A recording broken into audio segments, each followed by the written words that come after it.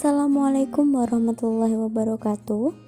Perkenalkan, kami mahasiswa dari Tadris Ilmu Pengetahuan Sosial Institut Agama Islam Negeri Ponorogo. Di sini saya yaitu Munawwarah Putri Rahayu dan juga teman saya Muhammad Masdra Afan Mujadi akan menjelaskan tentang kepemimpinan pendidikan. Nah, di sini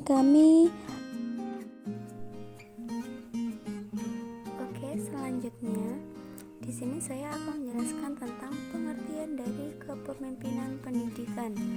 Nah, kepemimpinan pendidikan adalah kemampuan seseorang dalam mempengaruhi, mengkoordinir, menggerakkan, dan memberi motivasi kepada orang lain dan mengarahkan orang-orang dalam lembaga pendidikan agar pelaksanaan pendidikan dan pengajaran dapat lebih efisien dan efektif dalam pencapaian tujuan pendidikan dan pengajaran. Selanjutnya yaitu tipe dan gaya kepemimpinan. Nah, pertama yaitu tipe kepemimpinan. Ada berbagai banyak tipe kepemimpinan. Yang pertama yaitu tipe autokrasi. Nah, apa itu tipe autokrasi?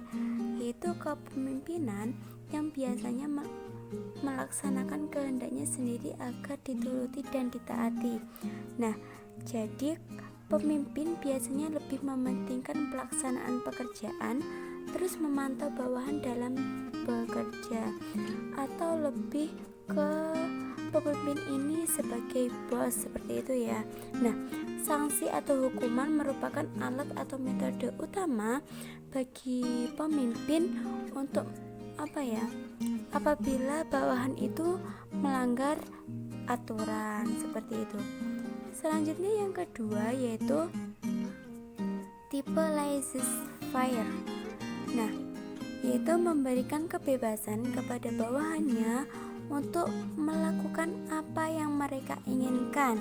Nah, pemimpin memberikan kebebasan seluas-luasnya kepada para pengikutnya dalam hal menentukan aktivitas mereka. Jadi mereka itu leluasa ya mau menentukan aktivitasnya, karena pemimpin ini tidak ingin aturan yang ketat atau dianggap sebagai lawan demokrasi, dan juga tidak ingin menimbulkan kericuhan dan pertentangan yang berkepanjangan, seperti itu. Selanjutnya tipe demokratis. Nah, kepemimpinan atas dasar musyawarah, selalu menghargai pendapat orang lain sekaligus dari bawahannya. Jadi tipe demokratis ini lebih terbuka dengan masukan-masukan yang ada.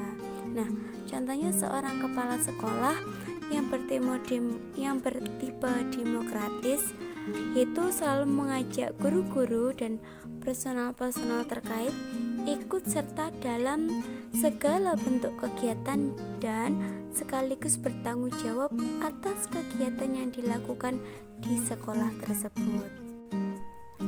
Selanjutnya yaitu tipe pseudodemokrasi, yaitu pemimpin yang hanya memperhatikan sikapnya saja yang demokratis, tetapi tindakannya absolut dan dia selalu memanipulasi pendapat. Yaitu di sini kepemimpinan pseudodemokratis adalah kepemimpinan semu, dibayangi oleh perkataan yang seolah-olah demokratis, padahal dalam tindakan kelihatannya otoriter.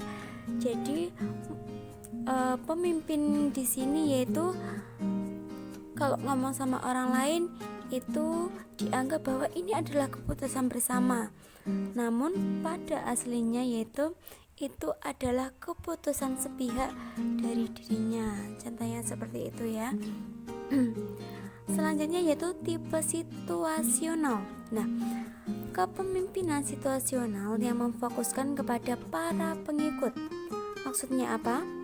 Maksudnya yaitu kepemimpinan situasional mempunyai dua dimensi, yaitu perilaku tugas dan hubungan. Nah, jadi tipe situasional ini lebih mengutamakan tentang situasi, pengikut, dan pemimpinnya. Jadi kondisi apapun dan situasi apapun lingkungan tersebut dianggap sebagai elemen yang sangat penting. Jadi mereka itu harus mampu untuk menyesuaikan diri dengan berbagai macam situasi tersebut. Selanjutnya yaitu gaya kepemimpinan.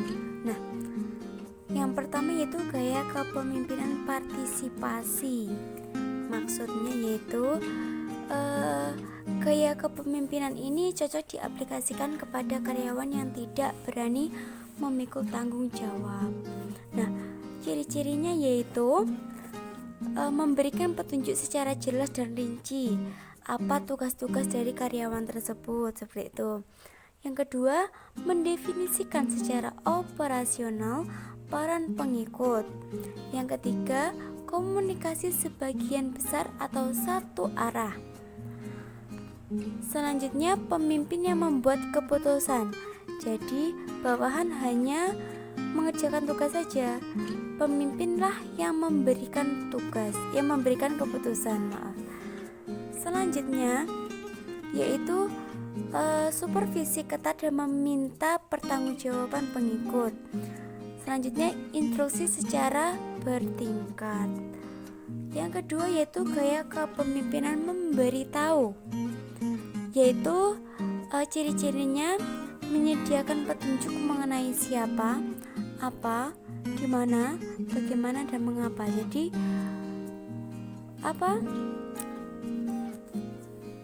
mengenai tugas-tugas tersebut itu sudah jelas ya. Jadi pengikut itu tinggal melaksanakan saja. Yang kedua yaitu pemimpin membuat keputusan dan menjelaskan keputusan serta memungkinkan. Yang ketiga, menjelaskan peran para pengikut. Jadi dijelaskan satu persatu, diklarifikasi. Selanjutnya yang keempat yaitu mengajukan pertanyaan. Nah, gunanya yaitu untuk mengidentifikasi level kemampuan dari pengikutnya tersebut atau bawahannya. Selanjutnya yaitu gaya kepemimpinan partisipasi, yaitu pemimpin memberikan ide-ide kepada para pengikutnya dan memfasilitasi pembuatan keputusan kepada para pengikutnya. Ciri-cirinya yaitu membagi tanggung jawab untuk membuat keputusan dengan para pengikut. Jadi berkolaborasi. Yang kedua, memfokuskan kegiatan untuk mencapai hasil. Yang ketiga, mengikut sertakan karyawan dalam konsekuensi tugas. Yang keempat, menggabungkan dan pembuatan keputusan pemimpin dan karyawan. Yang kelima, menentukan langkah-langkah berikutnya. Yang keenam, memberikan dorongan dan dukungan. Yang ketujuh, mendorong untuk memberikan masukan. Dan yang terakhir yaitu secara aktif mendengarkan apa yang dikemukakan para karyawan. Jadi gaya kepemimpinan ini lebih terbuka dan selalu melibatkan karyawan dalam hal apapun. Selanjutnya yaitu gaya kepemimpinan delegasi. Nah, pada gaya kepemimpinan delegasi, pemimpin memberikan tanggung jawab dan pembuatan keputusan serta pelaksanaan aktivitas kepada para pengikutnya. Jadi, gaya kepemimpinan ini semua apapun itu diserahkan kepada pengikutnya. Selanjutnya yaitu karakteristik pemimpin masa depan.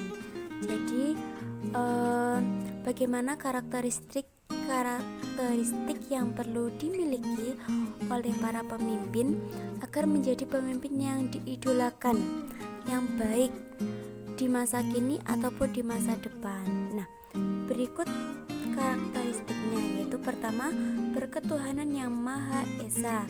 Yang kedua, jujur pastinya, terus rendah hati, disiplin, tegas, dan inisiatif. Yang keenam, selalu belajar, mahir berkomunikasi, mampu memotivasi, berani bertanggung jawab, adil terhadap bawahan, dan yang terakhir yaitu mampu mengendalikan emosinya. Selanjutnya yaitu persyaratan menjadi kepala sekolah. Jadi apa saja sih persyaratan-persyaratan yang diperlukan untuk menjadi seorang pemimpin? Yang pertama yaitu memiliki kondisi fisik yang sehat sesuai dengan tugasnya. Karena kalau sakit pastinya kan terbengkalai ya tugasnya. Seperti itu. Selanjutnya yang kedua, memiliki stamina atau daya kerja dan antusiasme yang besar. Selanjutnya, berpengetahuan yang luas dan cakap. Cakap di sini artinya sebagai kepala sekolah, public speakingnya juga harus baik. Jadi nanti kalau berbicara di depan umum tidak grogi dan lain sebagainya. Selanjutnya, adil dalam memperlakukan bawahan, tidak semena-mena seperti itu ya. Selanjutnya, mampu bertindak sebagai penasehat guru dan kepala terhadap bawahannya. Jadi di sini mampu menengahi apabila ada terjadi konflik. Jadi kepala sekolah inilah yang menjadi penengah. Selanjutnya yaitu disesuaikan atas situasi dan masalah yang dihadapi.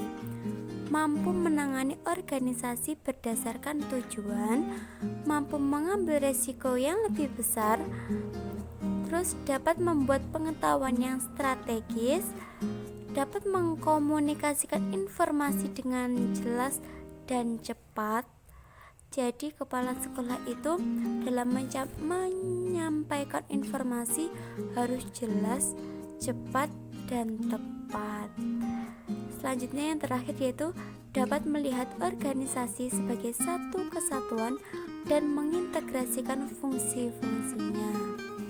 Nah, selanjutnya yaitu kompetensi kepala sekolah. Nah, pertama yaitu apa sih kompetensi itu? Nah, kompetensi merupakan kerangka dasar yang dimiliki dalam rangka menciptakan proses pelaksanaan kepemimpinan yang efektif dan juga efisien.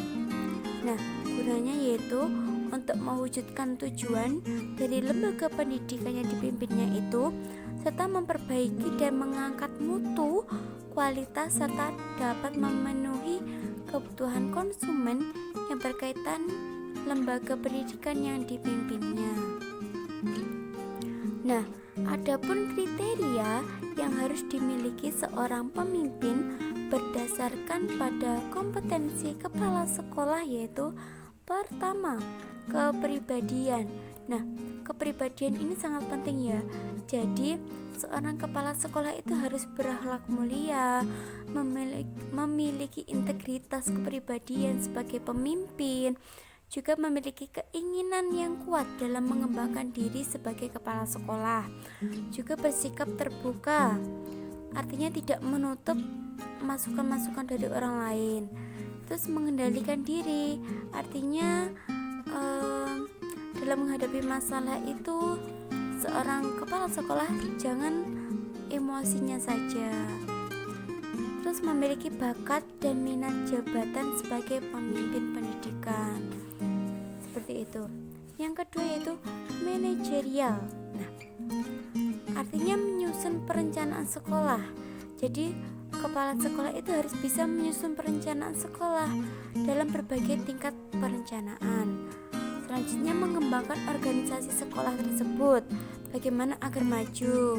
Terus memimpin sekolah, pastinya ya, mengelola perubahan dan mengembangkan sekolah, menciptakan budaya dan iklim sekolah, mengelola guru dan staf dalam rangka pemberdayaan guna sumber daya manusia secara optimal.